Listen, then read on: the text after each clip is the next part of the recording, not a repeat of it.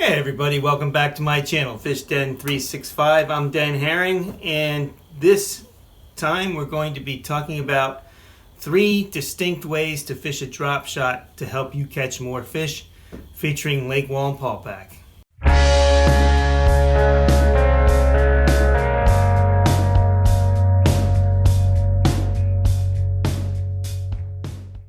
So drop shot fishing is one of the most effective ways to catch fish. And there's a number of ways that you can fish a drop shot. Some work best when you know where the fish are, that you have fish down below. Other methods though you can use to actually search for fish with a drop shot. We're going to talk about 3 different ways to fish a drop shot today. We're going to take you out in the water and demonstrate them and narrate as we go along. Come on out in the water with me now. Okay, so the first way to fish the drop shot is to just drop it straight down below you, right in front of the boat. You can use your electronics, your fish finder, to see if there are fish down there. If you find fish, you just drop it straight down. Sometimes you can just look for cover, and if you find appropriate cover that you think fish are on, you drop it down to that cover. But you want to be using this method when you know you're around fish. Otherwise, you can be fishing empty water, so to speak, and just wasting time. So this is a technique that you use when you know you're near or on top of fish and or the cover and or structure that they're going to be using.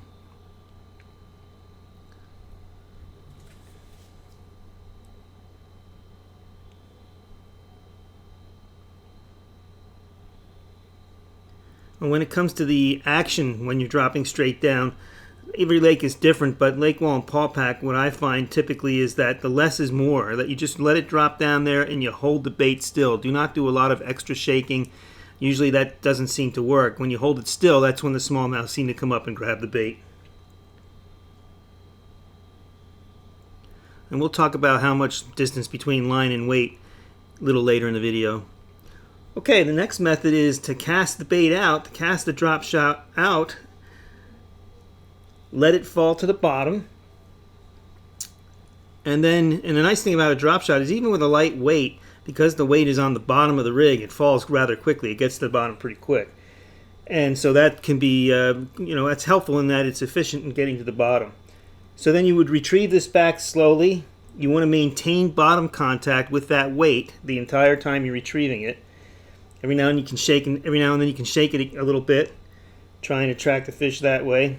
And this is a way that you can cover water slowly, but you do get to cover some water this way in comparison to dropping it straight down into the boat.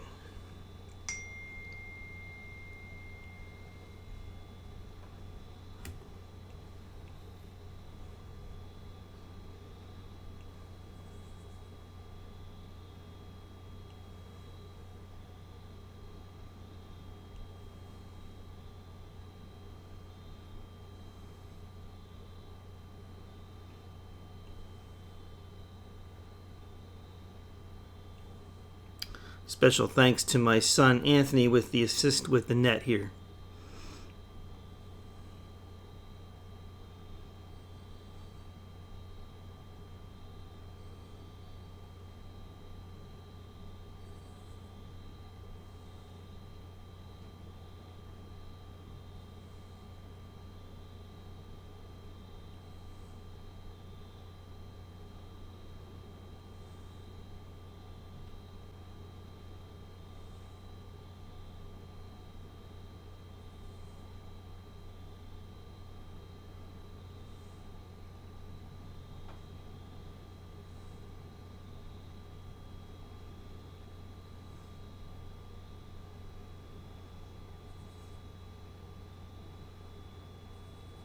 We're making sure that the camera is actually running here. That's why I'm staring at the camera.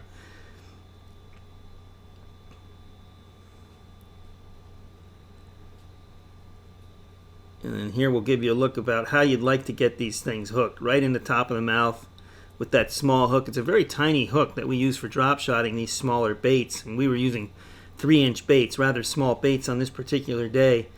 But if you get the hook set right, that hook will lodge in there very well, and it's very difficult for the fish to shake it. And the last method is something that I learned from a buddy of mine named John Tosca. and that is a dragging method. I call it the Tosca method. You just throw the bait out there, and on a windy day like today, you just allow the boat to drift in the wind, and you just let that bait drag along behind you. Again, you have to have bottom contact with that weight on the bottom, but you're just dragging it along and using the wind to push you along. And you can use your trolling motor to keep you in the correct depth that you like. So you might be on a particular contour line. On this particular day, I was going back and forth between 22 and 25 feet, and I wanted my bait in those depth ranges because that's where the fish were on that day. So I just had the bait go out there. I used my trolling motor, let the boat drift, kept it in the 25 to 22 foot zone, and we hooked up using the drag. The nice thing about the drag method is it covers water even faster than casting and retrieving, especially when you have a pretty good windy day like we did on this particular day. You can cover pretty large swaths of water, and if you catch a fish or two, you can just turn the boat around, motor back up to where you began, and then just drag it through there again. Or you can see if you can find those fish and just drop right down to them. But it gives you the option to cover some water to allow you to find some fish.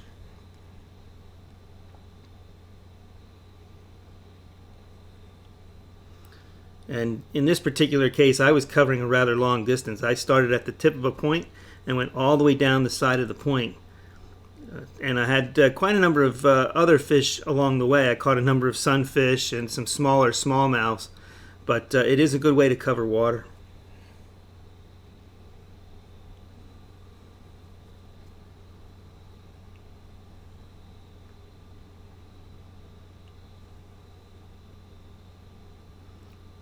So in the next segment of this video, we'll talk about the baits that we fished.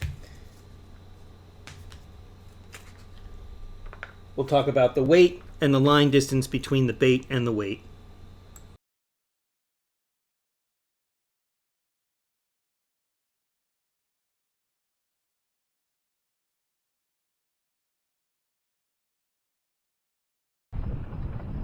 It's just dragging the bait with the wind. Little drop shot bait. Caught that one with it. It was a drag.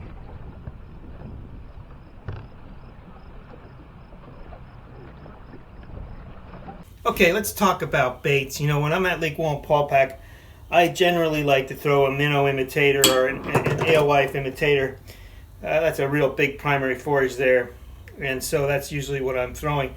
This is a bait that I was using that particular day called a Megabass Hazadong shad. This is Tennessee shad color, and you can see I hook it through the head like this because especially when I'm dragging it along, I want to make sure that the hook is in there pretty good because you'll get a lot of fish pecking at the back of it, and they could tear it off the hook if I was to nose hook it. In other words, if I was to have the point of the hook coming out the nose, there's less meat on that hook. And that's usually how I'll hook it when I'm fishing vertically, straight up and down. So when I drop that bait straight down, I like to hook it in that regard. But if I'm casting or dragging, I like to hook it this way. So what baits are good? At Paupack, I really like a number of different ones. When you're fishing straight down, it's really difficult to beat this bait here. This is a Berkeley Gulp. This is a 3-inch minnow. The 2.5-inch minnow is also good. The more pressure, the more difficult the fishing, the smaller I go in bait size. Generally, this 3-incher is really, really good though. And I swear the scent that's on this stuff, it's like crack to smallmouths. They really like it. And so when I'm fishing straight down, this is usually my go-to. However, on this particular day, I knew I was going to be fishing straight down, casting and dragging. So I used the same bait for everything that particular day, and that was the Hazadong shad. It's a good all-around bait. It has a little tiny thumper tail, but you could also fish this thing vertically, and it has plenty of action that way too. So you can just kind of let it sit this way, and it'll work very well like this as well. And you just let it sit horizontally, and just the motion of the waves and moving in the boat makes it look alive. Another bait that I like quite a bit is the Kitech Easy Shiner. Very similar in build to the Hazadong shad. Same length as you can see. Tail design is just a little bit different, not much. The thing I like about the Hazadong shad is it has eyeballs on it. It's got little tiny eyes. And when you're fishing vertically straight down, I think sometimes that makes a difference. If the bait's moving, it may not make as much of a difference, and that's when I'm more likely to go to the Easy Shiner. This is another really good bait. And then the other thing that I'll fish is the 2.8-inch Kitech Swing Impact Fat. That's another good bait for drop shotting at Lake Wallenpaupack. Well, let's talk about weight and then the distance between the weight and the bait. So generally I like to get away with this as light a weight as I can, especially when I'm fishing vertically, because I want that bait to fall kind of slowly. You'd be surprised how many times I get bit when the bait is falling to the bottom. And so when I'm casting and throwing out, I do that also. I let it just pendulum down very slowly, because sometimes the fish will grab it before it ever hits the bottom. And usually when they do, they usually hit it pretty hard, so you get a pretty good indication of when one is striking that way. So how do you know how much distance to have between your bait and the weight like this? And you can see I have a pretty good distance between here, probably 20 inches or very close to it. And so that depends on what you see on your finder and how close the fish are to the bottom versus how far they might be off the bottom. So this might not be generally what I would do when fishing vertically. When I'm fishing vertically, I usually have a length of 8 to 14 inches. Usually 12 inches is generally where I'm going to be fishing vertically. But when I'm throwing the bait out or dragging it, you have to remember at the end of your rod is here. This is at the end of your rod. The weight is going to trail the bait as you're swimming this bait. So it won't be this high up off the bottom. It'll be more like this.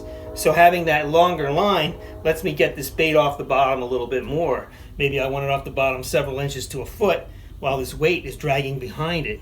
That's how you do this. You get a little bit of a longer length of line to your weight. And in this particular day with that wind, I needed something a little heavier. I had a 1/8 ounce weight on the back that I could be dragging so I can cast it far and then just drag it along. So I use this technique with this kind of length when I'm casting and retrieving, and also especially when I'm dragging. Sometimes when I cast and retrieve, I'll have a lesser length of line because I'm not throwing it as far out as I would be if I was dragging it along the back of the boat. But again, I usually try and do the lightest weight possible. Sometimes though, I'll go to a heavier weight when I'm casting and when I'm dragging, because I need that bottom contact and I need to be able to throw the bait a good distance from the boat when I want to cover some water. When I'm fishing a little more vertically, sometimes I'll fish vertically right straight from the boat. Other times I'll just pitch it, a short pitch from the front of the boat. Those are the times when I'll use a much lesser weight, like a 1/32 or 1/16 ounce, or maybe even lighter. I try and get away with the lightest weight possible when I'm in those conditions, because it's close to the boat.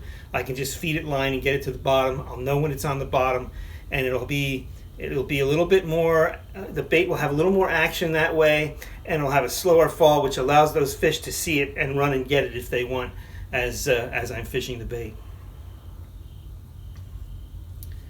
Well, I'm curious to know what you fish on your drop shot, so please comment in the comments what you like to throw on the drop shot, especially if you're fishing Lake Wallenpaupack. I'd love to hear your comments, what works for you, what doesn't work for you. We can have a good discussion that way. If you like this video, please hit the like button, give me the thumbs up. That allows this video to be seen by more people. And if you haven't subscribed yet, subscribe to the channel. When you do, hit that bell. That'll give you a notification for when our next video is coming out. And if you don't mind, if you like the video, let your friends know about it. Send it to them so that they can enjoy it and learn from it also. Well, I can't wait to get back onto the water again. And until next time, remember, we're certified bassified. And as always, may God bless your fishing endeavors.